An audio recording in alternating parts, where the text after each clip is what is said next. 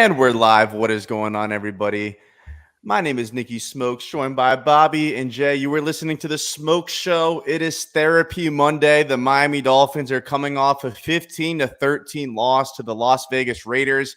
Yes, it was a preseason game, but anytime I wager money on the Dolphins and they let me down, it hits a little bit different, okay? So before we get into everything, I just want everyone to understand how badly I got cracked on my bet. So first of all, I bet the Dolphins first half money line, meaning all they have to do is be winning by the end of the half or at least tie at the half, and I don't lose any money.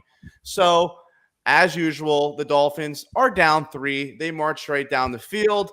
I'm like, okay, I'm getting blessed. Here we go. Teddy hits a check down. I believe it was to Myles Gaskin. They rule it incomplete at first. Then they review it. They say it's a fumble. They overturn it. And that's how I lose my first half bet. So I'm live on the stream with Jay. And I'm like, damn, that's how I just lost my money. What is going on? How am I going to get this back? I was hammered. Jay probably knew, but I was hammered. I was buzzing. It was Saturday night, 7 p.m. The fights were on after that. I was buzzing. I said, dude, I got to get my money back. How am I going to do this? So I go online, log into the sports book. I text Bobby and our other boy, Krug. I said, how do you boys feel about the Miami Dolphins team total over 15.5? That means all the Dolphins have to do is score more than 15.5 points. So what do we do in the third quarter on 4th and 7? Instead of sending out Jason Sanders for a chip shot, we decide, nah, we're good. We'll go for it on 4th and 7. No big deal. Fuck Smokes bet. So then that happens. And then, of course, what happens at the end of the game? Our savior, Skyler, comes down, marches the ball right down the field. Sanders, another chip shot, right? Mr. Automatic. No way he's going to miss this. If he hits the kick, the Dolphins win. Smoke bets cash. Everything's good. Life's great. What happens to Mr. Automatic? Mr. has not missed a kick all preseason. Off the upright. Smoke loses 2 bets in one night. The Dolphins lose. It was just a miserable night for Smoke. And I also believe it was a miserable night for us Dolphin fans because I thought that performance was piss poor. Bobby, I'll start with you. What'd you think of that game? I was there with you for the first half bet. I had that as well. I thought we were going to go in and get one right before the half or even a field goal or something, and we would have been good to go. But no, such is life. It is what it is. You were trying to chase the money back. I was chilling. I said, it's a preseason game. I lost my bet. I'm just going to watch the rest of the game. But it kind of was what it was, man. It's a preseason game. I think there's some stuff you could take away that was good. I think there's some other stuff that obviously we're going to get to that was not so good. But some of the little stuff like betting on preseason, you kind of got to take a caution because coaches aren't always playing to win the game. And that 4th and 7 where we went for it instead of kicking the field goal was like the most perfect example ever. Well, what do you think about that? Because even in that situation, I thought it was stupid.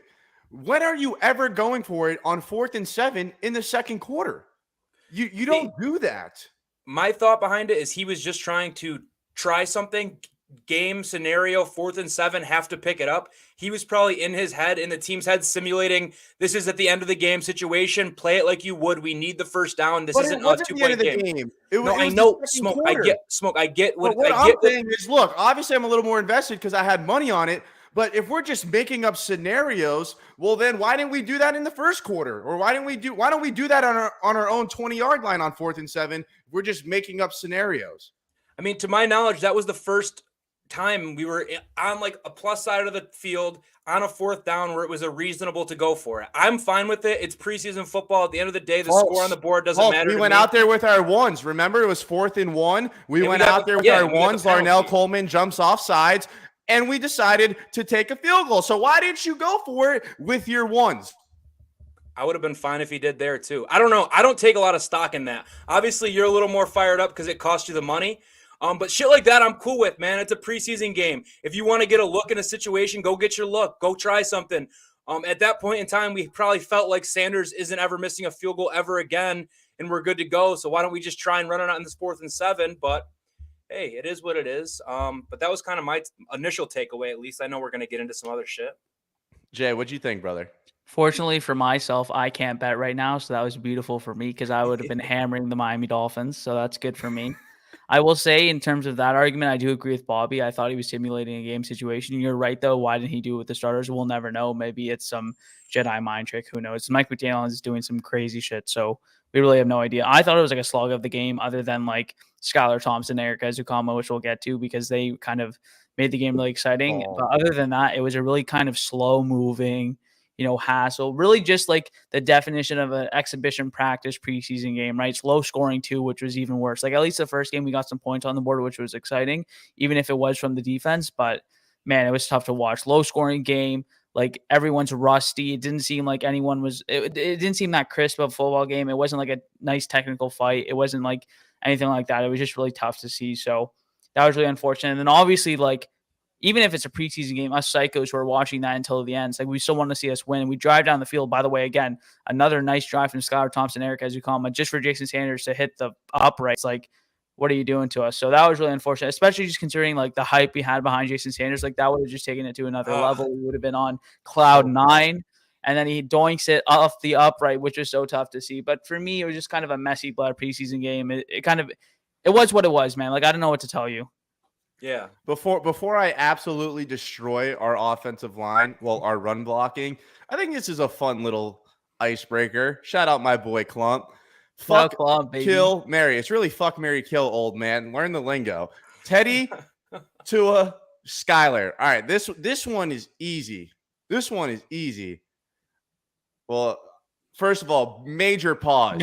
Big pause. Yeah, I was gonna say, like, major pause. Like big pause vibes. Big pause vibes. Don't clip this. Skyler, marrying Tua, and I'm killing Teddy. Teddy is ass. Skyler could be like, you go out for the one night. It's a fine, fit bird, a peng ting, 10 out of 10. And bang, you get it, you hit. It's good. It could be great. It is what it is. And then Tua's like your safe bet. Like the guy you come home to. Like Tua's the safer bet. But Skyler, he's like that one night thing. But all right, I said my piece. What's your guys' piece? And I already said the pause for you. I already paused for everyone. I'm doubling down the pause. I'm going to double down just for safety. I mean, I got the same answer as you, but it's easy. I mean, Tua's the guy. You kind of know what you're getting. He's consistent. I wouldn't go as far as consistent. Somewhat reliable. You kind of know what you're getting. You got a higher floor than the rest of these guys. You married Tua. Skyler, bro, he's this new fling in town. You're seeing him around. You're kind of getting to know him. That's the fuck right there. And then Teddy, old Teddy B. We know what Teddy B is. Racism. We don't want any of what Teddy B is giving out, bro. We're going to have to kill him, unfortunately. That's how it goes. I don't see any other order. Of course, the black guy goes first. Anyways, I'm going to triple down on the pause. I'm not going to lie. I'm going to triple down on the pause. I'm not, you're not going to catch me lacking. I'll tell you that. So I'm going to triple down the pause. And unfortunately, I'm going with the same answer, even though I just got added to you guys. I'm going with the same answer. Tua's old girl. Tua's the girl who you're like kind of getting bored of. You know what I'm saying? Everyone's kind of bored of him. And now you're getting that new ting. You got Skylar Thompson. Ting, I'm from Toronto. Let me be. You got the new ting, Skylar Thompson. And then, Teddy is not it. So he's getting killed. Obviously, I agree with you guys. But I'm tripling down on the pause for sure. This is a ridiculous question, especially on today. Yeah, like, whew. Big pause things. All right, that was fun. Like that has me smiling and laughing. Now I need to talk about something depressing. It's our run game, man. 7 rushing yards in the first half. I mean, there's no excuse for that. I know Teron Armstead didn't play, but listen, he's never played a full season his entire career. So that offensive line that you saw out there with Tua for the first 2 drives, at one point in the regular season, that will be our starting offensive line. And 7 rushing yards is egregious. It is abysmal. There's no excuse for it. And to everyone that's like, oh, we don't want to open up our playbook. If we have to open up our playbook to have more than 7 rushing yards, this team is in trouble. There's no excuse. I know Jalen Waddle didn't play. I know Tyreek Hill didn't play. That's still no excuse for having 7 rushing yards in one half of football. You can hand the ball off one time and rush for more than 7 yards. And by the way, if you go back and you watch the tape, the box wasn't loaded because Tyreek and Jalen weren't playing. There was just more people at the line of scrimmage because of how he lined up. So much bunch. The line of scrimmage was just crowded, okay? And to not have more than 7 rushing yards, I don't care if me, Bobby, and Jay were lined up out there at wide receiver. This team needs to have more than 7 rushing yards. And if you're a fan and you're content with having 7 rushing yards and you're making the excuse, we didn't open up our playbook, that's why we couldn't rush for more than 7 yards, that's pitiful. Shame on you. And this is the second time we've had less than 50 rushing yards in a full game, back-to-back weeks. I'm concerned. Couldn't agree more, dude. It was the number one. So I went through my notes. I rewatched the game on the condensed version. And the number one thing that stood out to me is like, yo, this run game is seriously getting scary. Because if we can't run the football, the whole offense is going to be in trouble because it starts with that run.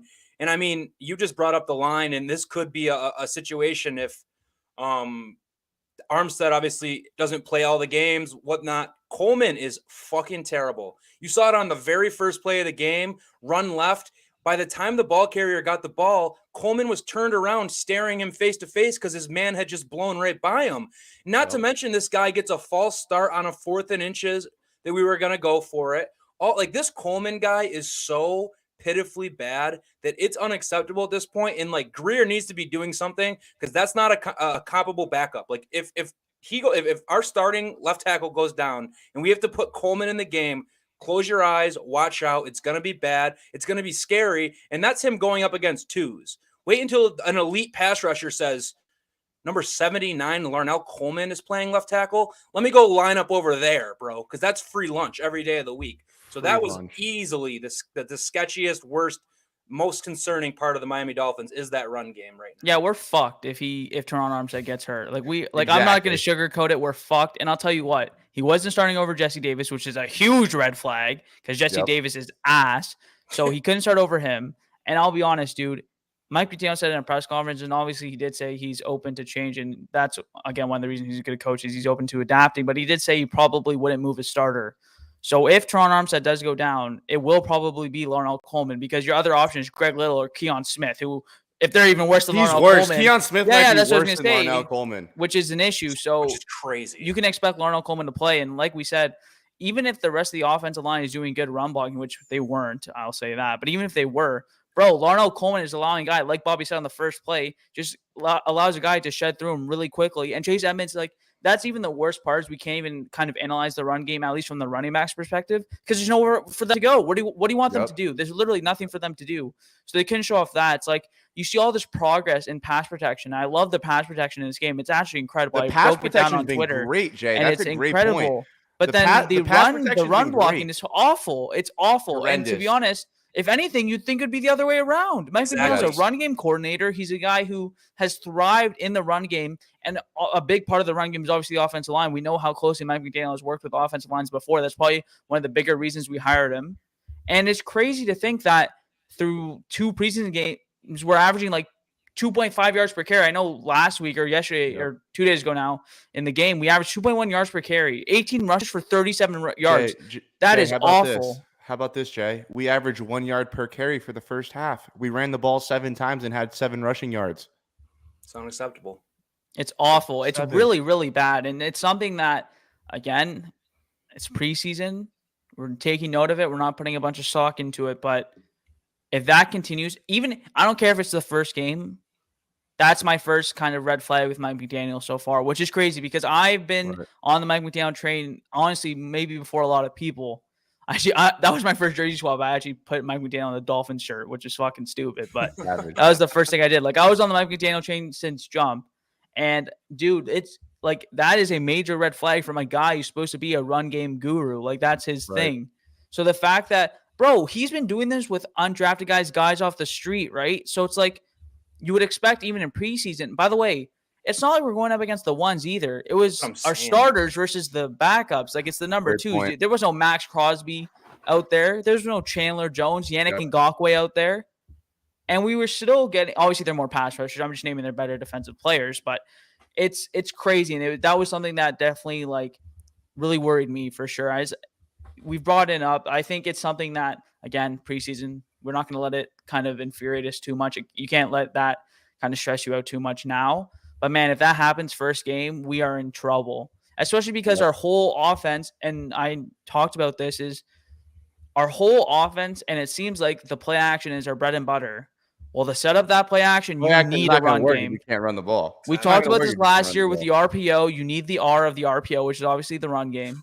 And the play action is great. And the play action is great without a run game. So imagine how good the play action could be if we had an effective run game. But it's been pitiful so far. Like it's been really, really bad. And we'll kind of have to see where it goes, because we did have our starting running back, Chase Edmonds, seems to be RB1. It's him or Mostert. At least that's our first or second running back. And you have everyone on the offensive line other than Teron Armstead. Connor Williams was in the game. Eichenberg was in the game, which, by the way, he's a problem. And then Austin Jackson and Robert Hummer in there too. So we'll kind of see where it goes. Yep. Sorry to kind of prolong that question, but, man, this run game is dog shit. Yep. We're at the 16-minute mark. If you haven't already, like, comment, subscribe. We're trying to hit 1,000. Please help us reach our goal. Like, comment, subscribe. Very easy to do. Not asking much. It'd mean the world to all of us. I don't know what you said, but yeah, whatever Jay said. It's free. It's free. Oh, it's free. You don't got to pay to subscribe on this app. You know what I'm saying? Subscribe. For all the old heads out there, I'm sorry. For all the old heads out there, when you subscribe, it's free. So subscribe to the homie. Yep. If you guys want, I just dropped the link to the StreamYard. If you guys want to hop up on the panel, I'll go ahead. I'll drop that again if you guys want to come up here and talk some Fins with us. But in the meantime, let's talk about the quarterback. Let's talk about Tua Tagovailoa. So he went out there for 2 drives. I think he was, 6 of 8 or something. We weren't able to score. I think that's a little annoying, to be honest. We went out there with our starters up against the Raiders' backups. We couldn't score. And then we get into, I think it was 2nd and 1, handoff, didn't get a yard. 3rd and 1, handoff, didn't get a yard. We just talked about the run game. That is inexcusable. You can't get 1 freaking yard on 2 attempts. Piss on you. And then, of course, Larnell Coleman, our guy, MVP of the team, jumps off sides, 3rd and 1, backs us up. We settle for a field goal instead of going for it with our starters. And then the next quarter, Mike McDaniel's like, well, I might as well do it with the second strings instead of my starters. So that happens. And then we go out there again, and we have to punt. And I think it's somewhat concerning. Now, I think Tua had a pretty good – Hey, shh. I don't think he was great. I don't think he was bad. But, I mean, I'm not going to sit here and, judge him or come up with an evaluation on Tua off the 8 times. I mean, that's ridiculous. No, that's not a full body of work. And he only got 2 drives. At least Skyler got a full quarter. Now, he maximized that quarter, and we'll save that for later. But I'm not going to sit here and judge him off 2 drives and 8 passing attempts. And I don't think anyone should be like, oh, Tua just – he sucks. That was just a piss poor preseason game. I can't believe he didn't hit this guy or he made this read. Like, I'm not bought into all that. Bon Joe, Clump, welcome to the stream. Good, Clump. The homie.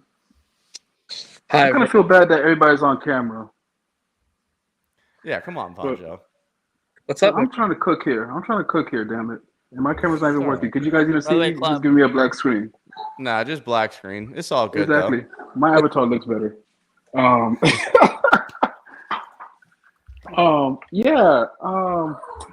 it comes to what I saw with our first team, right, and us going for the field goal, Nicky Smokes, welcome to 2021. We went back to the future, baby. Yep. Right? It's the same thing that we saw last year. Settling for 3. That's what it is. For 3. And that's what we're gonna get with it. What I said on Steven's show this morning, like, listen, if the season, and I just put it in the chat, if the season started on Sunday, we're 0-4. Yep. No, you caught me slipping. Yeah, that was a quick agree. Hold on. If the season started Sunday with what you saw so far, we're still beating the Patriots. We could lose the next 3, but we're not losing. Oh, you're living up to that name of yours, Nicky Smokes, because you on it right now. You think we would lose to the Patriots week 1 right now? With that team that I saw on the field? What about the Patriots team that we saw on the field? That shit was ass. Kicking field goals? The Patriots didn't even score with their starters. Again, kicking, but they at least was able to take a shot down the field. We came back with this dinking and dunking. And here's the thing. We came back with this dinking and dunking BS that we love to do. And what Larnell Coleman did when he jumped offsides and went false start, that's all it took. That's all it took last year to just kill our drive. This all is Yeah, going to take penalties this kill year if we come drives. with that That's same how you bullshit. kill your drive. Penalties. That's But some teams can overcome that because they can stretch the field and get chunk yards. We like to sit there and meticulously baby our way down the field. I don't know if that's true this year. Are you saying that I can only go off what I see. Are you saying that Tua doesn't have the ability to overcome penalties during drives? Is that what you're trying to say, Von Joe? I haven't. Listen, probably once here or there, but consistently, nope. Okay. If you're saying specifically Tua, maybe, but the game plan has like you're getting into play action, you're pushing the ball down the field. So that is one thing I'll say. I don't think we're dinking and dunking as much as before. Did we Clump, what'd you make of Tua's performance? Wait, pushing down the field? Because I can only base. I'm talking about all the quarterbacks in general. The passing game, we were pushing the ball down the field way more. Again, I don't make evaluation of hope and dreams. All right. If we make an evaluation of our hopes and dreams, check this out, my guy. I have this lovely house down in Miami with a beautiful basement. I can sell you. There's no basement in my. That's a joke. Smoke. Got That's it. twice today, bro. Okay, because since we're going off hopes and dreams here, but nah. After what I've seen, I need to see something. Convince me. That's all I'm asking. Just convince me. No. I'm saying you're talking about Tua specifically, though. Because Tua, yes, he wasn't pushing the ball down the field. I'm saying Skyler was. Skyler was pushing the ball down the field. Yeah, but Skyler ain't our QB window. All right, cool. No. I was making sure you're talking about Tua specifically. I'm just saying in general. Oh, yeah. Like, I can only go off QB1. Cool. Yeah, we're good. Big Clump. Hey, What'd you think, brother? Wait. Before he answers that, he cannot ask that question and get away with not answering that question that he asked. So go ahead, Clump. Well, I'm not going to hold the pause. I'm going to say no pause on my. Whoa! Listen, we don't judge here. We don't judge. Yo, it's all good. I also commented, and Nikki Smokes did not share it. Can you please pull that comment? Oh, okay, fair.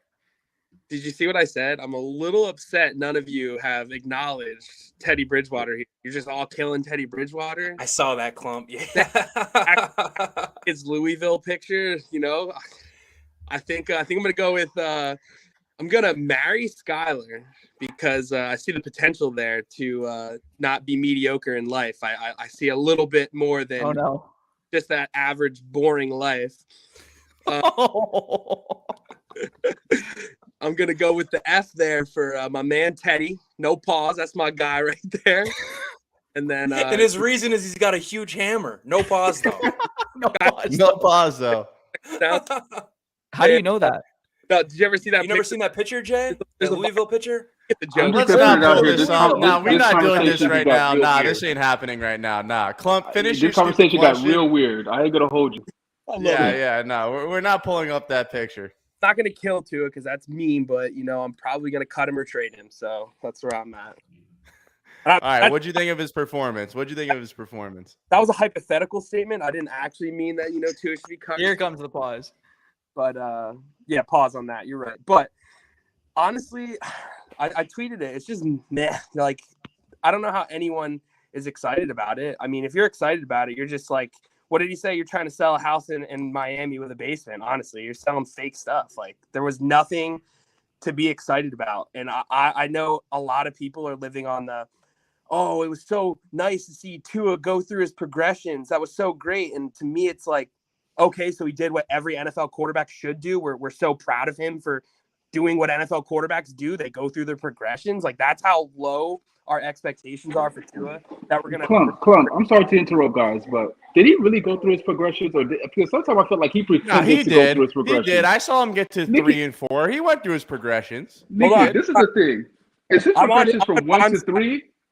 From short to long, or from long to short? I'm on Bond's side here. I have a little theory, and I'm a little concerned that he was fake going through his progressions as well and just snapping his head and knew where he was going with the ball. That's just my opinion. Faking progressions. No, that's wild. That's actually a wild take. But hold on. But the reason why I say that, there was receivers that came open and he didn't pull the trigger. I'm gonna go with right now. In my opinion, I think some of the times he was just snapping his head around over the areas, and he knew where he was going with the ball the whole time because he had many guys breaking open, like he just said, that he wasn't finding because he was predetermining where he was going with the ball pre-snap. I can't let that slide. I can't let that slide. I'm gonna pull the film up. Yeah. I'm pulling the film up. I can't let that slide. That's Name the play. hold on. You got to give me a play. That's crazy. that third down throw to Edmonds that everyone was like, "Oh, dude, what? that was a one read. He didn't take his eyes off Edmonds the whole play. No, he didn't even. He just predetermined where he was going with it, and that's where right. But I think that play call was get it to your running back, let him make a move 1-on-1. Like he didn't even look anywhere else. That wasn't him snapping his head. Look, that was a predetermined read. I'm just saying, there's no way he was going like this and just knew he was going to one the whole time. That's egregious. Here's another one. The Gesicki, where everybody's crucifying Gesicki for not catching that dead man's ball that he threw him. And he again, if I was a receiver for that, if I was a receiver, I would have came back and slapped the living shit out of Tua for throwing that ball. That's another one. You would have, because you don't set your guys up. But if you look at that play, he threw it to Gesicki, but there was a receiver that was free and open underneath. Yeah, I don't know. I think he was everyone was locked up. The only thing he had was go back and look at it. Go back and look at it. Backfield. Only thing he had was maybe Edmonds coming out of the back. And even then, he had a one-on-one option on the bottom. He had one-on-ones through to the double coverage to the tight end. And I believe was it a corner of the tight end? Was that the first corner and his safety? But my thing with the play is like, I'm not defending the throw because obviously Gesicki was going to get killed if he caught the ball. He was going to be dead. So obviously that's not the throw. But like you're giving to Edmonds underneath on 3rd and 9. He gets crucified if he makes that throw. I think Cedric Wilson might have came open. I think after he threw it though, and that's the one thing I actually. Cedric Wilson did come open on that flood route. No, that's what I'm saying. That's the one thing I had a problem with Tua is he had a little bit of like. I think he has PTSD of like not having to get ripped it. You just took the word out of my mouth. Tua has PTSD. I think he has PTSD from his pocket collapsing because he should have waited for Cedric to come open, but that was after he threw the ball. But like it's so hard that I don't think there's anyone. I don't think no one's open by the any time good he's option throwing on the ball. This play. There was no good option on this play. That's what I'll say. Can we agree on that? There's no great option. I mean, bottom of the field's 1-on-1, but I mean, he's got double 1-on-1s bottom of the field, and they motioned over in the slot. I mean, he at least could sit and wait a little. The pressure, there's no pressure. He threw to the only double covered. I think this play is dead. I don't think you're getting the first down no matter who you throw it to. But hold on, how is it dead? Hold on, rewind it, Spoke. Rewind it. Look at the slot right there. Look at the slot. Look at the slot receiver here. If he sits in the pocket here and here, no, down in motion. Bottom. Watch this. Here. Watch him. Now watch what I'm saying. He's predetermining where he's going with the ball because if he doesn't predetermine, he sits, he waits wide open. But dude, that guy does not see Tua throw the ball. Back. He's wide open, bro. That might be a touchdown, bro. But he's wide open 2 seconds later. Like that ball's already long gone by the time that's exactly because he threw it too early. That's not going through your progression right now. Fender doesn't have his eyes on Tua. He doesn't know the ball's thrown. That guy beats him 1-on-1. No throw. What's the progression? That's a different problem than him faking. There was no progression there, but I'm saying there was progressions throughout the night. Like there was a couple throws where Tua, you see his head snapping all over the place. Maybe we're just defining it. That's not fake. I'm not entertaining that. That's not a fake progression. I don't think that play is where he faked it. I think he predetermines where he's going with the ball almost every play. Not almost every play. I can't let that slide. The thing is, how can you have progression on one play and not have progression on the others? Because I understand hot routes, but that's not a hot route. Hold on, this is the last thing I say, then I gotta go. It's the Jared Goff, Sean McVay. Do you know what that is? Anyone? Yes and no, but go ahead and elaborate. So it's not weird. One of the main reasons Sean McVay wanted to get rid of Jared Goff, and one of the reasons that Sean McVay didn't believe in Jared Goff's huge stats and success was because in the earpiece, every time that the play would go, he would wait till the last possible second to tell him where he's going with the ball before they cut out from the coach. He would literally sit in his ear, call the play quick, and then he said that he would stay on the microphone and let him know what he's seeing and where he should go with the ball. And honestly, I'm a little worried that's what they're doing. Well, Mike McDaniel said he's doing the same thing with Tua. Thank you for hopping on. That's not even a hot take. That's a worried take. That's throw ice water on me. That's just miserable if that's what they're doing. A quarterback faking his reads though is crazy. That's wild. That's the wildest thing I've ever heard. Take two out of the equation. Take two out of the equation, and NFL quarterback faking reads is wild. Nuts. That's nuts. Clump, thank you for your time. I'm going to remove you myself. Peace, Clump. Oh God, Von Joe, you're killing me too. Thank you. I'm Love just you. saying, my guy. Goodbye. I'm just saying. No more fake reads, okay, Von Joe. I love you. Shout out to Von Joe, though. Shout out to Von Joe. I'll let him sure. say his closing argument. Go ahead, Bonjo. I'm just saying, one minute we're going through progressions, the next minute we're not. And I understand when he moves his head like that, usually it's to hold the safety. That he does well. He has a way that he holds the safety that just snaps his hips and just fires the ball. So Right. maybe you guys thinking that he was going through progressions, but he wasn't. He was just holding the safeties. And it wasn't really progressions. Okay, do you want to know what I think happened on that play in terms of progression? I think this is what I talked about. My issue isn't like the progression. My issue is his PTSD and his happy feet. And maybe happy feet's the wrong word, Right. but PTSD for sure is the correct word. I think he's so used to having an offensive line that collapses around him so quickly that he's like, okay, first read to the flat or whatever on that route. And then he goes, okay, Gesicki, like usually like this time last season, like I'm getting sacked, so I'm just going to throw it. Even But though he it's needs to double get over coverage, that. which If is he's- the if he's issue. carrying- That's what I'm again, if saying. he's That's carrying- my issue. I do have an issue No. with that for sure. No, I understand, Jay, but if he's carrying that into this season, because that's what we saw at the last of last season, where the O-line started to hold up at the end of the last season, but by that time his mental clock was broken. Right? If that thing is still broken, we're in for a long season. Because again, he's gonna be on that same BS of dinking and dunking when he has time, and it's gonna mess with him. Right. Hopefully Mike McDaniel is working because obviously, again, if we're seeing this, Mike McDaniel seeing this, And the fact that he blames Mike McDaniels, by the way, on Who? everything on that press conference. Well, Mike told me to do this. Mike told me this. Well, Who's doing that? Go back and look at Tua's post game press conference.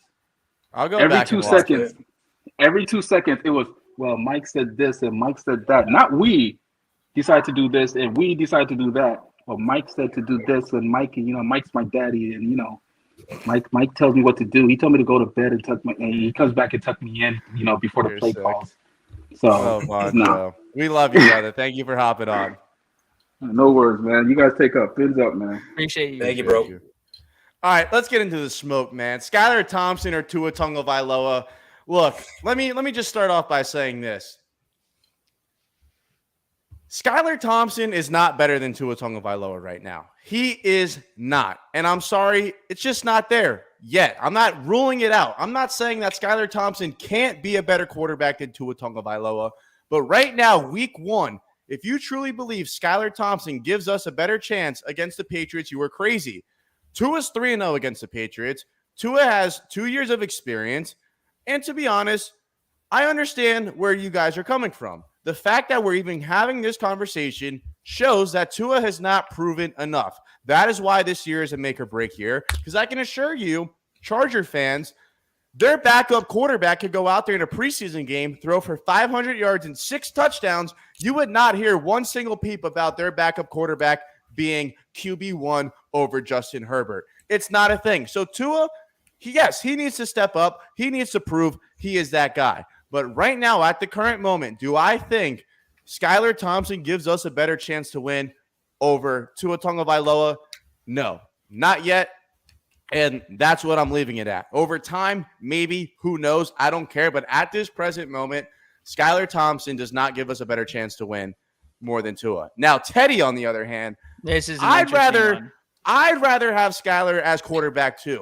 The Dolphins, we've already lost money on guys like Will Fuller and all. We've had terrible signings, right? We're used to giving out bad contracts. $6.5 million to Teddy Bridgewater, whatever. Consider it water under the bridge. I would rather take the gamble if Tua were to go down, which, by the way, if Tua gets hurt, he's done as a Dolphin quarterback. God forbid Tua gets hurt. I'd rather gamble on the unknown, on the it factor of Skylar Thompson versus plugging in Teddy Bridgewater, a guy where I know what I'm going to get. The offense looks dead when he comes in, just like with Jacoby Brissett. I'd much rather go out there with Skylar. Now, here is a good point, and I've had people say, well, what if we're 7-3 and Tua's injury is only a week or two? Are we going to sit there and gamble that with a rookie instead of putting Teddy Bridgewater in? And I think that's a fair point. But at the end of the day, you got to look at what happened with Tom Brady and the Patriots. That's a crazy comparison, right? But we're talking about replacing Tua, a guy who had 16 touchdowns and 10 interceptions. Drew Bledsoe was leading the NFL in passing yards. He was one of the best quarterbacks in the league. I think he was the first or second overall pick. He goes down. Brady goes out. He never comes back in. They win the Super Bowl. They won the Super Bowl. And based off what I've seen, Skyler's outperformed Teddy Bridgewater. I'm sorry. Everything that I've seen in person, preseason game, practices, Skyler looks better than Teddy. I think he throws the ball better than Teddy, and I think he cares more than Teddy. Teddy's already been that guy. He's already been a starting quarterback. He's already went through it. He's living in South Beach, living with his family where he grew up, getting $6.5 million. Skyler, 7th-round pick. He's fighting for his right to party, and my God, this man is knocking people out right now because he was flawless. There was a couple of throws that were a little low, and, he had the underthrow, but it ended up being a catch. And I didn't think the underthrow was as bad as everyone made it out to seem. I think Skyler has won that quarterback 2 job, and the only way he's not is if this team is balls deep in politics. All right. So for me, if you're sitting here debating Skyler versus Tua, at this point, to me, you're brain dead. Like, you are an idiot. You're not smart. You're just wanting a quarterback because you're a Dolphins fan, and I get it. I get where you're at. You want that quarterback, that nice, shiny toy that's going to start 17 games a year and be a stud. And you've seen Skyler flash in preseason, and you're like, oh, shit, we got our guy. I get it. I get where your head's at. I get where you've been. I've been through it too. But to sit here and compare the two is ridiculous. It's ludicrous. It's asinine. I'm not even going to spend any more breath doing it because it's a waste of my time.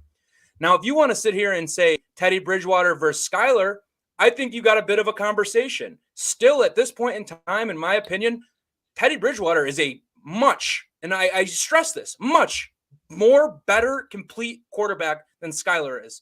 Has Skyler ever played a first-team defense that had tape on him from the NFL? Has he ever played a first-team defense that all week the coach put in a game plan to stop Skyler and what he does well? He's never done those things. Teddy's been in the league. Teddy's been a starting quarterback. And yeah, he might not be a top 10 great guy. You know what you're getting out of Teddy. He's mid. He's average, maybe below average at times. Maybe sometimes he flashes a little bit. But that's what you want in a backup quarterback, man. If week 1, the first drive of the game, Tua goes out there and gets hurt, I want Teddy in there because I think if Teddy was our starting quarterback, this Dolphins roster is still good enough to win 10 games and make a playoff game. You throw Skyler in there, who the fuck knows, man? This kid hasn't done anything in the NFL. He's unproven. You want to know why everyone wants a little taste of Skyler? Oh, no. Show him the clip. This is why. Who is that?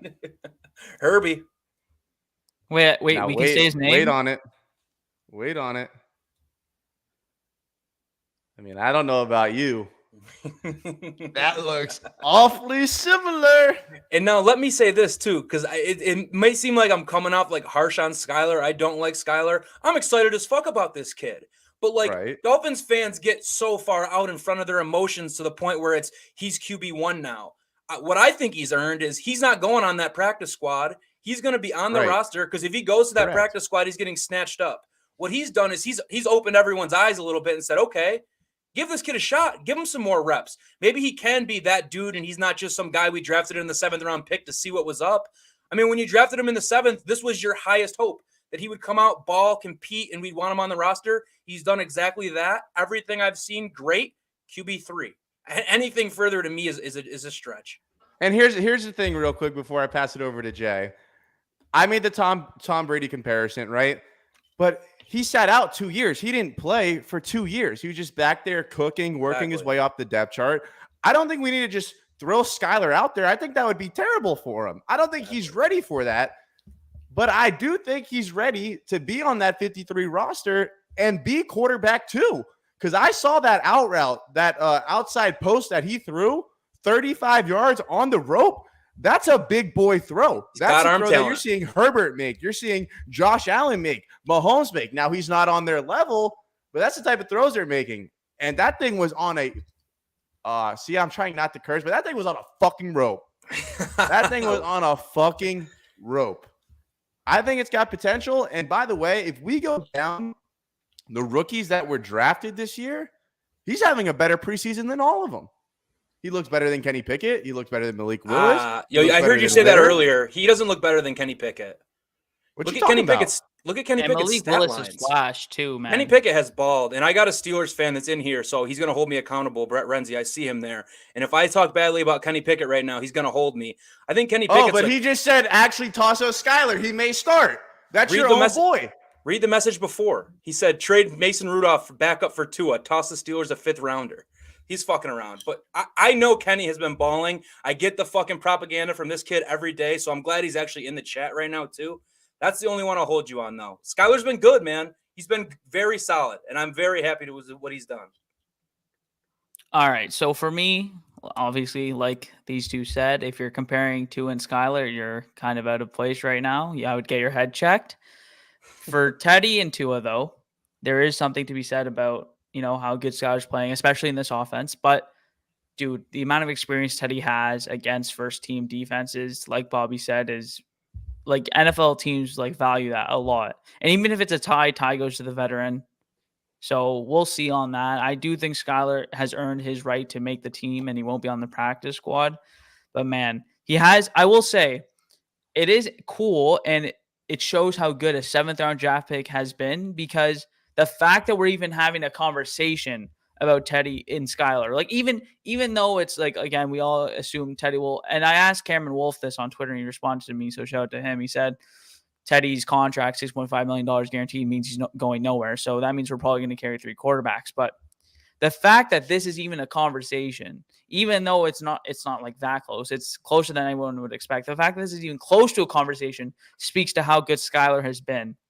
9 for 10, 129 or how yards, average touchdown, no Tua picks. has been. I didn't even. Because, I was talking about Teddy. To my point, listen. Oh, I know you're talking about Teddy, but we're talking about people on Twitter saying Skyler should be quarterback 1. That's an insult to Tua. Now, if Tua was putting up Herbert numbers, 38 touchdowns, 10 interceptions, Skylar Thompson could have 500 passing yards and 6 touchdowns in a preseason game. No one would mention him over Justin Herbert. Not even close. I think that, yes, Skylar's been playing good, but also Tua hasn't shown us enough to even allow this thought to marinate inside people's minds. I don't know if you're even comparing them. I think you're a little, you need to get that checked out. And also the people saying that on Twitter, I'll be honest, they probably don't show their face. They're probably just in there for to troll and stuff.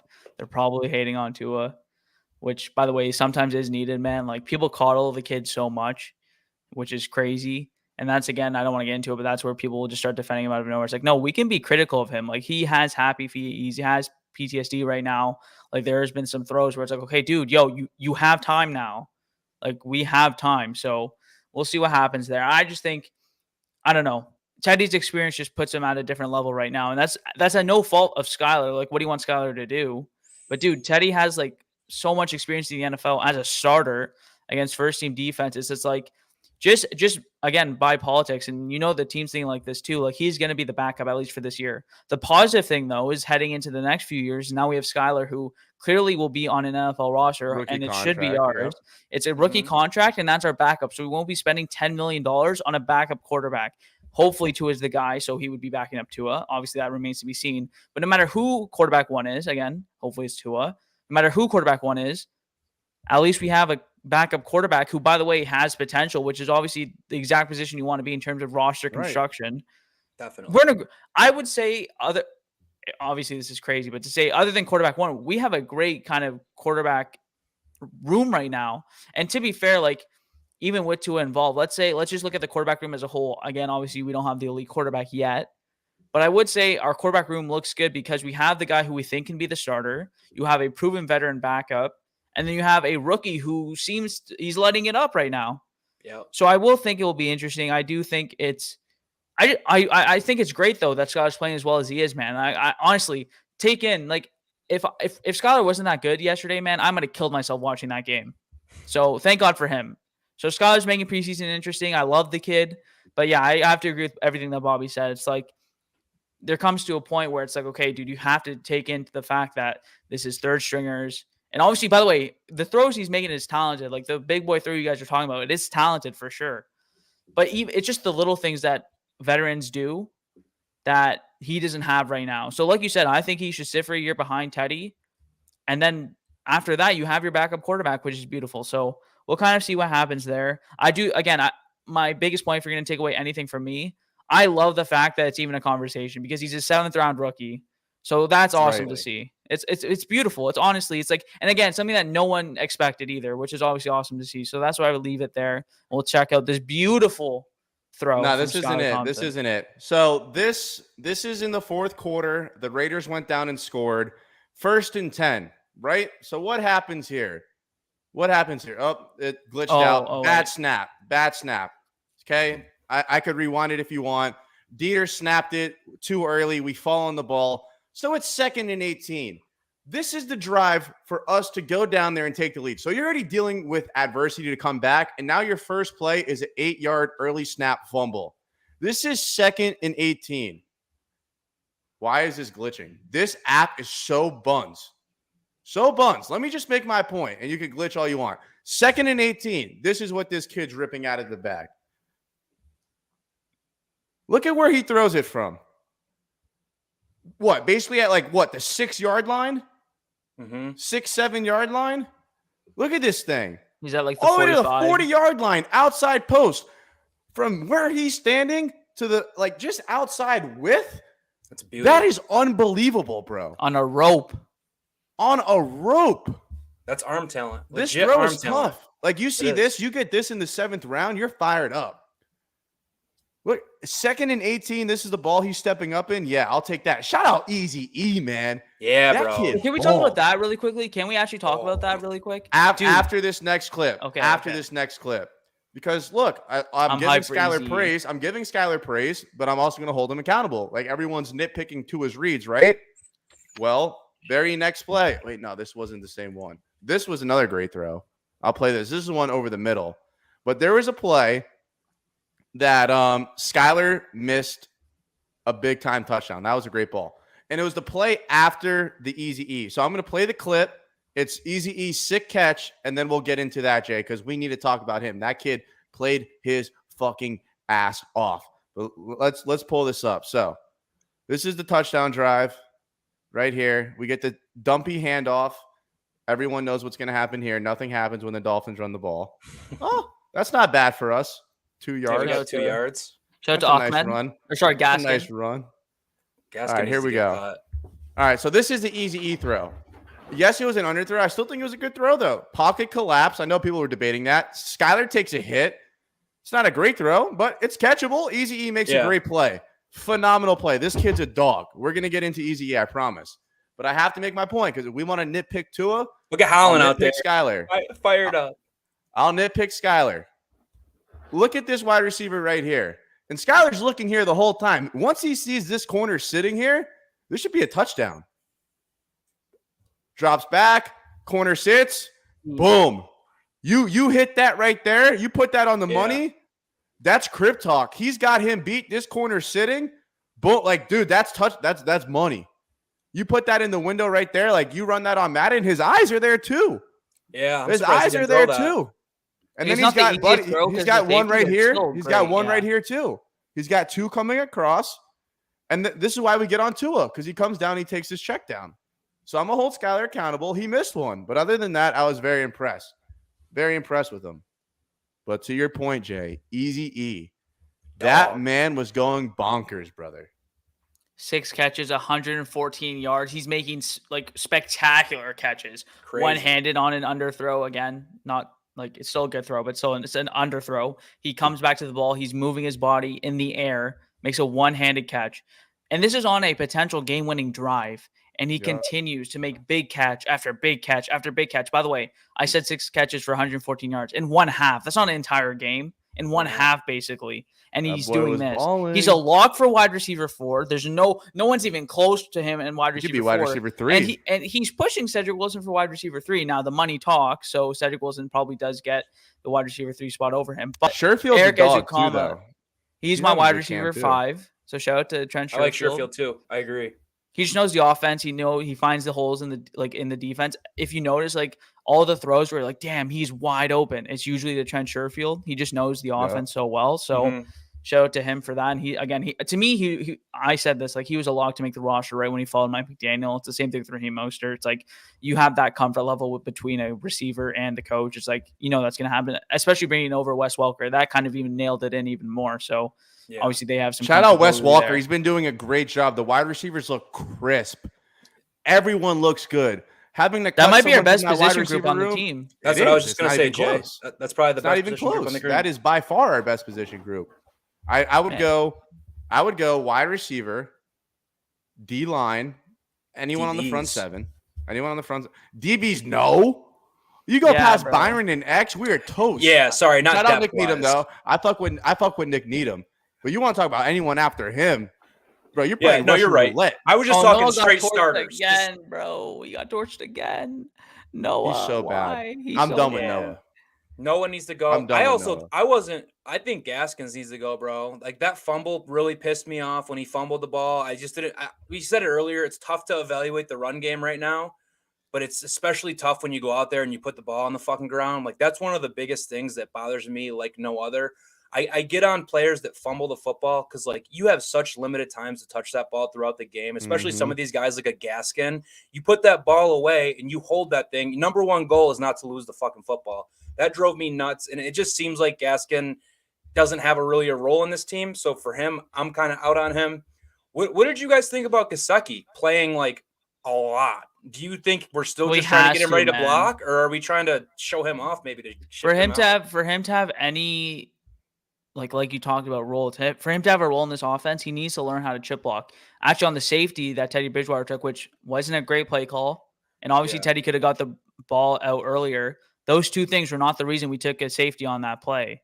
Mike Gesicki, I don't even know if you want to call that a block. He attempted to block. I wouldn't even call it that because that was awful. And that's why, like, Teddy just, like, if you look, like, Teddy's, like, trying to set his feet. He goes, oh, shit. And that's what Mike McDaniel literally talks about in the press conference. When you don't do your job, like, you're going to fuck up someone else. So literally, Teddy Bridgewater, we take a safety, which is one of the worst plays in football, man. A safety from the 12-yard line. How do you take a safety from the 12 fucking yard line, bro? Like, Mike Gesicki's pitiful blocking, but you got to throw the ball away. Like, you see the plays blown up. You're not in your prime. You're not Lamar Jackson. You're not Mike Vick. You don't have the wheels. You don't have the facilities for that big man. Throw the ball away. Yeah, so to me, for Mike Gesicki, dude, like, they have to get him on the field for reps because he is going to play this year, at least until the trade deadline, you'd assume. I don't think we're moving him right now. I think I talked about this in a video. I think what they're doing is they're using this franchise tag as a one-year deal to see, can he improve enough as a blocker to warrant us extending him as a guy in this offense? I personally don't think so, just based on what we've seen so far. But he's probably going to be here until then. And obviously, we all know what he can do as a receiver. He's not the greatest run-after-catch guy or route runner. But he has some good speed, and he's one of the best contested catch guys in the entire NFL. You see the one-handed grabs he makes, the contested balls in the end zone. So he's really good at that type of stuff. But, like, the reason we talk about this, and it's the same thing with Gaskin, like, he has no vision. Gaskin has no vision, and this running game relies on vision. So obviously I think he should be cut too. But in this offense, your tight end has to be able to block or do anything close to blocking. That's why everyone loves Jeremy Smith in this offense, because he's a guy who can catch the ball and he can block. So it's like, that's all you need to do. You don't need to do anything crazy, but, like, scheme fit is a real thing. As much as everyone wants to talk about, you just want to get the best players. That's obviously true, but scheme fit is a real thing. Definitely. And in this 49ers type offense, your tight end has to be able to block because you're going to be in an H-back position. You're going to be in line. You're not just going to be a big slot receiver, Mike Gesicki. That's not what you're going to be doing anymore, buddy. So you have to block. And he has not shown enough this far for me to be confident in saying he's going to be back next year. So I think they're trying to get him reps. That's what I think they're trying to do. And, dude, everyone was getting at me for that video. I hope he learns how to block. I hope he learns how – bro, if he learns how to block, he's a top 5 tight end in football because we know what he can do as a receiver. So if he learns how to block, he's a top 5 tight end in football. You pay him a big extension, and boom, you have Tyreek Hill and Travis Kelce all over again. Obviously, I trade him in my sleep, though.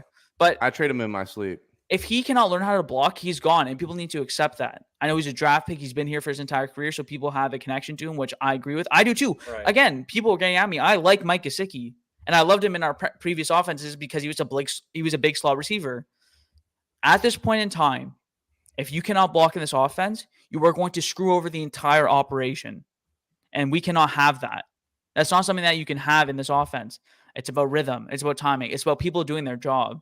And Mike Gesicki cannot be used as a big slot. So we'll see on that. And again, just to answer your question, Bobby, I think he was just out there to try and learn how to block.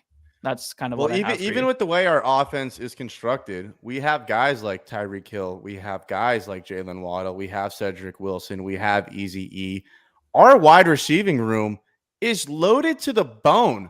Yeah. I don't think Mike Gesicki's a better wide receiver than those guys. And if all he could bring to the table is catching the ball, that's the least of our worries on this team. Now, last year, he was huge because Mac Hollins was wide receiver too. Yeah. Isaiah Ford was out there catching balls. We needed him last year. Yeah. We don't need Mike Gesicki to be a wide receiver on this roster. We don't. And if he can't block, he's essentially useless. You could put Durham Smythe out there. He could run a flat route. He could catch a 2-yard flat. He could come across the middle on a play action and catch the ball. I've seen it with my own 2 eyes. I've seen it. I don't need Mike Gesicki to be our slot receiver anymore because our wide receiving room is loaded, and he's not a better wide receiver than any of those guys. I get he's great at catching contested balls. I hope he is. He's 6'6", but he's not a better route runner than any of those guys. And I don't even know if he has better hands than some of those. I've seen Gesicki make some crazy catches. I've seen him make crazy catches. I'll take that back. I've seen him make some crazy catches. Don't let me get too far ahead of myself. But at the end of the day, man, is he a better wide receiver than any of those guys? Absolutely not. Especially in this offense where, by the way, talking about scheme fit, how he doesn't fit in as a tight end, and people might say, just use him as a big slot receiver then. In this offense, I don't know how many times Mike McDaniel has to say it. We are a yak offense. That is what we are built on. You have to get yards after the catch. It's why he's confident in Tua, because that's one of his best things, ball placement, which is so important for yards after the catch. That's why we brought in Tyreek Hill. That's why he was so excited about Jalen Waddle. He's like, Waddle in that video. That is the reason he is so excited about that, because these guys are incredible after the catch. They're some of the top receivers after the catch. So if you're saying, just move Gesicki back to the slot, again, scheme fit matters. That's not what we do. And by the way, Mike Gesicki is dog shit after the catch. He tries to hurdle people like he's an idiot. Yeah. Like I used him in Madden once. I hit a clean out hurdle with Mike Gesicki into the crib. Bro, we need our Kittle. We need a Kittle, man, who just wants to block. Everyone doesn't have a spot on the team. No, I mean more so like Kittle is down to block. Like if you don't throw him a ball all game and he's pancaking players out there, like this dude has a smile on his face. By the way, he's mean, which Gesicki is not. Gesicki is about finesse, which again I can respect. He doesn't want to. And again, people are gonna get mad at me. It's okay if he wants to be a receiver and he doesn't want to get his hands dirty. Dude, when you're out playing football with your friends, you're not like, yo, let me just play O-line real quick. You're like, let me throw that bitch up. Let me Odell catch this. That's how it is, man. It's just real talk. He's not in there to get dirty. He wants to be a receiver. In college, he was basically a big slot receiver too. He's been his entire career has been. I remember when we had Adam Gase. Adam Gase would try and get him to block like every 5th play, like 1 out of every 5 plays, and it just didn't go well. So they stopped. And obviously, Flores didn't even try to make him do it. So there's just not a spot for him on the team right now. Like that's just how it is, man. Like you have to get out of your feelings. When you're a tight end, you're blocking the baddest motherfucker on that team, bro. Defensive end. That is the biggest, most athletic, grittiest player on the whole team, brother. I mean, you were going up against the biggest freak. So if you suck at blocking through college, you're not just going to pick it up in the NFL when you're going up against the best of the best. It's not going to happen, bro. Blocking is something that you're going to be on the offensive line or a tight end by the time you're 13, 14 years old. Like it is what it is, bro. Like you've been blocking your whole life. You're not just going to not know how to block, get to the NFL, and then just learn how to block the best defensive ends or outside linebackers in the NFL. We'd extend him if he could. Oh, yeah. We would pay him and we'd extend him. He'd already be paid. You wouldn't draft a left tackle if he couldn't block. Yeah, you wouldn't draft a right tackle if he couldn't block. We drafted Gesicki because we saw his playmaking, and we're like, well, maybe us Dolphins, we can just turn this guy into a blocking guru while he could catch the ball, and we'll hit the lottery. I mean, you even look at Gronk. He was a great blocker, too. Gronk was a great blocker. Kittle's a great blocker. I don't remember too much if Tony Gonzalez was a good blocker. But I feel like if you want to be – well, Mark Andrews, he's really not a blocker either. I really don't think he is. But when he needs to, though, that's when he can. He doesn't like to when he's a receiver. But that's what I'm saying. There's a grittiness there. There's a meanness factor to that. Have you ever seen Gesicki be like, let me just like, get in there and block. Well, It's he not blocks No, like he people blocks on people Twitter. on Twitter. That's Smoke. Like this, it's the only way he gets his blocking reps in his Twitter. You can't even say anything wrong about the guy because he's like a sensitive teddy bear or something. Exactly. And for everyone seeing this, we want him to block, dude. That would be incredible. It's just not happening. Oh God. I mean, he is good at blocking people on Twitter, though. I'll give him that. That boy I am wants his still reps. not blocked, so I'm not gonna try and blocked keep either. that this I'm not way, blocked. Imagine but- being so Jason good at blocking Witten, people on Antonio Twitter. I Gates. didn't even have to. I didn't even tag him in a tweet. I don't even know what I did wrong, and I'm in jail over here. And your point, Exactly. by the That's way, good Nick, blocking. is it's on point, dude. When you talk about a left, you don't draft a left tackle if you can't block. One of the biggest things about being a tight end, it's part of the position is blocking. Yes. So if you're not going to block, Yes. dude, if you're not going to block, you better be a good receiver, which he is. But now the offense, it's like, okay, let's bring back Devontae Parker. It's like there's a reason we traded Devontae Parker when Mike McDaniel got here. He's not the type of receiver we're looking for. Yep. So Right. get out your feelings. Mike Gesicki, if you can learn the ball, cool. Until then, you're not going to finish as a receiver or as a tight end. So where are you going to play? You're going to be Right. on the bench is where you're going to be. Facts. Yeah, I don't see us getting rid of Gesicki and looking on it 5 years later like, oh my God, we made the biggest mistake of all time. Now with the Dolphins' luck, that's a possibility. I'm not going to rule that out. It's true. I'm not going to rule that out. But I mean, like you said, I just don't think he's the fit here in Miami. It is what it is. It is what it is. One last thing before we go ahead and wrap things up. So the 53 is coming out, and I'm looking at the roster, and it's tough. I don't even know who I would take off the team or who I would cut at the moment. But if you guys are Mike Oh, we're doing a McDaniel little activity, or Chris little Greer, activity action. little activity action, who are you cutting? And I'll pull up the roster for you right now. Oh shit, this is gonna be fun because I haven't done this yet. I'm gonna do a little content on it later. I don't want to self plug here, but I'm gonna do a little thing on that later. But this will be very, very interesting to go. So I believe we're at 85 players right now. Right. So we're gonna have to get that down to 53. So let me pull up our depth chart. Let's all right. We're in a meeting. We're all in a meeting. All right. I'm Steve. I'm not Stephen Ross because he's suspended. All right. I'm Chris Greer. Filter by position, by the way. I'll make Bobby Mike McDaniel, and then Fuck yeah. who's the OC? What's his name again? We just hired him from Frank Smith. I'll be Frank Smith. Smith. You're Frank Smith. All right. Let's just go right down. Ahmed. I'm cutting him. Cut. I don't see a role unless he's a special teams guy type. If we're thing, 'cause keeping he- if we're keeping 4 running backs, I keep him. If you're keeping 3, I'm cutting him. I'm cutting him. Practice squad, baby. Mackenzie Alexander. Just signed him. I think we keep him. he had a keep nice little him. play in the game too. I just remember seeing that. You don't want to sort it by position, so we can kind of like get the. Smart. There we go. Smart. Okay. All right. Love this. Great job. So Mackenzie's making it. Elijah Hamilton. Shout out to my dog. He has my graphic up on Twitter, but unfortunately, my Hey, that's dude, dope. I'm sorry. You're Cut. being cut. I'm out. Sorry, I'm out. Yeah. Xavier Howard cut, obviously. Yeah. Noah Igbo, make it. All right, now let me stop playing. Noah gone. I'm done with Time. it. Done. Don't care. Okay, Get off my I team. would cut him. They're gonna keep him. Yeah, of Greer's course. not No, there. he's making the team. He's making the team. But I'm if it's just us, fed up with hey, the guy. I'm Frank Smith now, baby. I mean, hey, that defender we've been picking at Right. him all camp. Hey, he's got to go. Yeah, Get him I'm out. Greer. He gone. He gone. Gone.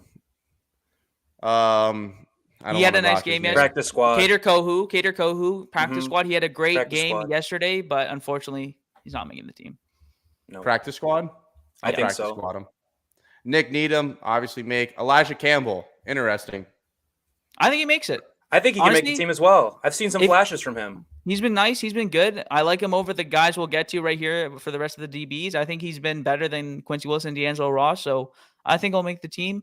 By the way, it's like, again, I don't have the numbers in my head of DBs if we have enough. Like, he's not like some crazy guy who's a lock, but out of all the other guys, yeah, I'd keep him for now.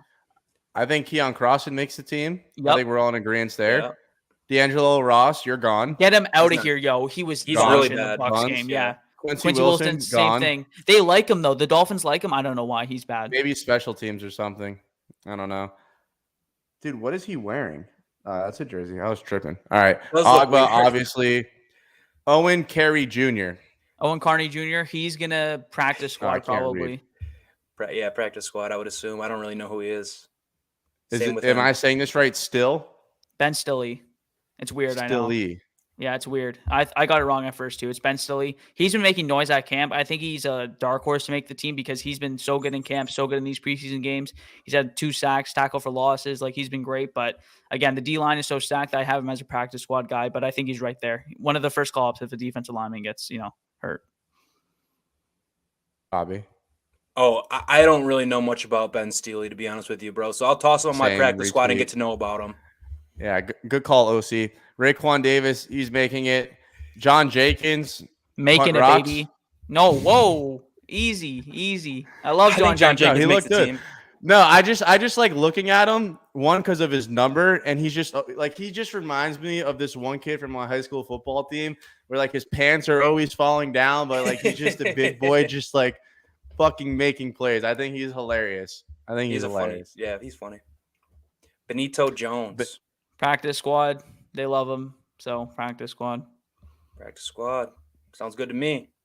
I don't know. I haven't who heard Niles anything Scott is. about Hey, Niles and that's Scott. me. And this is me, bro. I know about everyone. I don't know. I'm fucking cutting Niles Scott, bro. Yeah. I've seen enough. No, I'm just kidding. I don't know. Zach about him either. Steeler, dog, obviously making it. Christian Wilkins, he's making it. Alec Ingold making it. John Levitt, he might get cut. Yeah, do you Practice keep squad. a backup fullback? Yeah. Practice It's squad? practice Okay, squad or Practice he's gone. squad. I don't even know if he's eligible Yeah. for the practice squad, so he's probably gone. Sanders I know. is good. Wait. Fuck that. John Lovett's gone. Tanner Connor's better than him. Okay. Okay. Sorry. Love Tanner Connor. I like that passion behind that. That was good. Jason Sanders, good vibes, except when you missed the field goal for me to hit my bet. Yep. All right, Jerome Baker, obviously. Sam was a good one. I had this conversation. I think he's going to make it. He's the backup linebacker. Hey, and he's good. He was good last year, actually. If you watch on those blitz, like on those all zero blitzes, he's a great blitzer. He obviously struggles in coverage a little bit, and they actually really like him in the room, so he's going to make it for sure. Feel like he's been flashing in the preseason too. When it's like our twos are out there, it's like Sam's all over the place. I can never pronounce his last name, so he's just Sam for me. I think it's Egovon, but I'm not sure. Yeah, it sounds right. That sounded Cameron good. Good. Okay, so this one's really interesting, at least for me. I'm so like in the middle. He's obviously a lock for the practice squad. He's been performing so good in camp. I just don't know if like we keep him over a guy like Brendan Scarlett, who was a part of the team and was a part of the active roster last year. So I think he's a practice squad guy, but like he's right teetering on the edge for me. I don't know, boys. I don't I'll get to go to practice squad practice, so I'm not sure. This you guy guys has got no the life depth making the knowledge. team. Porter Gustin has no life. Practice squad at Like, most, if not, he's gone. They gave you 96 as a linebacker. Like, that tells me everything I need to know. Did that kid dude. have You're a not huge making the play in team. last game? He made a Yeah, he good had a play. I remember sack. that. Yeah, sack. Zach. Darius Hodge. Practice squad, baby. Let's go. Love Darius Hodge. He's just too short to play. Like he's a You know guy. what? I'm gonna make Jay Greer. I'll be the OC. Yeah, right. No, I'll be McDaniel. Bobby could be the OC. That's what it is. Darius Hodge is a guy who like I like him, but the thing is he's a in betweener. So like he's too small to play defensive end, so he has to play linebacker. But in college he never played linebacker, so he doesn't know how to like drop back into coverage. So he's a tweener, but I like him as a player. So practice squad him. Ingram makes it. DeAndre Johnson cut make He's out of here. See ya. out. Calvin Munson, you're gone. Don't even He's know squad who you or are. gone. Yep. Phillips makes it. Duke Riley's interesting. With his blonde ass hair. We're gonna be- Oh, Are he's, we oh, gonna- he's making it. are we Wait, gonna be- wait, he's making it. Easy. I agree, but we have like 5 linebackers that are about to make the team. How many are we gonna carry? 6? I think we will keep 5 linebackers. I for think, inside, dude. And but- then look at this. Look at all these linebackers, bro. Ginkle's making it. We can't have 7 linebackers. There's going to be a couple good linebackers. We already said 4 are going to make it. That's why I think Cameron He's Good's gonna going to be make on the it. practice squad. He's because going to then- make yeah. it. Like, we can't have 8 linebackers. One of these guys are getting cut. Look at how many linebackers we have. I And think look how Sam many and we already Duke said are Riley going to make the team. We said 2. Did we put Good on practice squad? Good's practice Mhm. squad. 3. But Melvin Ingram's not really a linebacker. I mean, he is. I that's know, his I know, position, but that's how. It's weird. That's He's it makes not it gonna confusing do because like Van Ginkel, Because same there's way. different Like, different types of linebackers. There's off-ball Yeah, linebackers, and then there's exactly. on-ball edge rusher type players. Yep, So yep. it's kind of like you're going to carry a few. All right, Ferguson. I don't even know if we're obviously- keeping him or not. Like I have no idea, by the way, because he's not a Mike McDaniel guy. So no idea. All right, this guy's getting cut. Not even gonna waste my time. Practice saying squad his name. though. UDFA. Shout out to him. All right, Michael Dieter making it. mhm. Keelan Deich, dude, this kid's a monster. He's a rookie, undrafted free agent. I really if I wanted to sit here and lie to you guys, I would make up a bunch of shit, but I haven't been following up on him. He's obviously not doing a great job if he can't beat out Larnell Coleman. So that's where I pass it over to Jay, All right, so our new GM. He's a practice squad probably right now, but I do think he's competing for that swing tackle spot. All right. It's better than Larnell Coleman. Liam, obviously Robert Hunt, obviously AJ. Robert Jones, interesting. Yep. Solomon Kinley, I heard he's doing good. This is interesting because I actually thought I heard he's making the team. That's what I said. He's been balling. Going into the year, I didn't think he was going to make it. He's fat. Yeah. But now he's balling. That's what I'm saying. He might Everyone's saying he might start. That'd be wild. Adam Pankey can Andrew go, bro. Pankey. He's been here for so long. Get him out of here. Keep going. Connor Williams, obviously. I don't know who the hell that is. Backup punter. Yo, the backup punter's number 59. They sized his ass so bad. Yeah. Make Skyler making his football team. Skyler is one of the 53 best football players on this team. You keep him. Don't care. Ahmed, I'm cutting his ass. I know Jay wants him. But he gone. If we carry 4, if we carry 3, then he can go. Dokes, kick rocks. Yep. Edmonds, make. My guy, RB1, baby. Gaskin, kick rocks. See ya. Sony Michelle. Change your pace. Thank you. Keep. Raheem, keep. This is a tough cut because P squad. It's a P squad. P squad all day. Easy. Put that shit on. That boy was hitting that. He was. P squad. Okay. Clayton, I heard he's gonna make the playing team. pretty He's well. gonna make the team because he's a special teamer. Yo, I want him off the team so fucking bad, man. God damn it! But he's gonna make the team. So why do you hate him? Because he sucks as a safety. He's good at special teamer, but we're paying $3 million. Special teams though. Special teams. Dude, he was getting every sometimes. time he gets in the game as a safety, he sucks. It's like I'm not paying a special teamer $3 million. Anyways, Fair. All good. Holland, obviously. Brandon All Jones, pro obviously. Holland. Yes, of course. Veron McKinley III. Okay, so I really liked him in the draft, and I was surprised you got him as a UDFA. Unfortunately, he hasn't flashed as much as I thought he was going to. So that's he's going to be boy, right? Yep, they were teammates at Oregon, and he was nicknamed the captain. I think he's going to be P squadded. I think he's a lock for the P squad. Man, I really thought he could have a chance to make the team. He just hasn't flashed enough for me to actually be that third safety and beat out a guy like Eric Rowe. So P squad. Eric Rowe makes the team. Teron Armstead makes the team. Unfortunately, Larnell Coleman does. Shoot him into the Greg sun. Little. I don't know. What do you think about Greg He's Little? fighting with Kellen Deesh. Like, I don't like him. Like, yeah. This guy is horrendous. He's gone. Keon Smith is worse than Larnell, bro. He's gone. He's so bad. This is where it gets tough. Get Ethan Carter out of here, first of all. Get him out. He's gone. Tanner Connor is keeping it. Jay was fired up. P squad. Gesicki, yes. Hunter Long. Yeah, he's making it. Yeah. Smythe. Yep. All right. Lynn Bowden. Now this is where we're getting. This is where it gets interesting. He makes the team as a kick returner. I've been having the same vibes. He had some good returns on punt, dude. He was like real close to breaking He's got like quick speed. Except when he fair catches the ball inside the 5-yard line. That makes me want to blow my brains out when he does that. Really quickly. So Waddle, Tyreek, Cedric Wilson, Eric Ezekama, locks. Right? That's 4. That's 4 locks. We all agree. I think we're all in agreement that Sherfield is your 5th. Yep. Right? I would take Sherfield as a 5th. So Sherfield's your 5th. So whether we carry 6 or 7, so let's say we carry 7 just to make this a little bit more interesting, and then we'll go down to 6 if we need to. Who is the last 2 receivers? I would say Lynn Bowden personally. Do we think Sanu is definitely out? What about Sanu? I think he's a training camp body, but like he's been playing okay. I just think he's a training camp body personally. Yeah. Everyone's saying Preston's getting cut, but I think he's a top 6 wide receiver on the team. Though. I think Preston's getting cut. Yeah, I think he's cut or traded. So our 5th was Sherfield. Yep. Right? And we're going to keep 6 wide receivers? I'd keep 6 Bowden or over 7. Preston. I keep Bowden. Yeah. And then if you're carrying 7, you keep Craycraft. Yeah. Or Craycraft Braylon's or a rookie. Braylon. That's going to be a tough cut. P squad, right? Braylon's P squad. And then you have River Craycraft, who obviously is a McDaniel guy. Followed him from the 49ers. He can return a little bit, stuff like that. Byron Jones, obviously, you're keeping. And fuck Adam Shaheen. There we go. Well, there's our 53-man roster presented by McDaniel, Greer, and whoever the fuck else we were talking about. There he is. I keep forgetting his name. Frank Smith.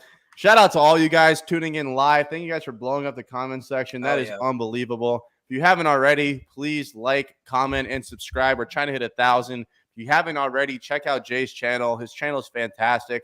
He's got these amazing videos. He's a beast with his editing. If you're not watching his videos, you're a bum. This guy could literally break down the entire roster. I'm not going to give you that type of vibe, but he will. He's the man. Check out his channel. And again, help us get to 1,000. Share this video with some friends. And you guys better be here on Wednesday, 5 p.m. Fins up. Eastern, baby.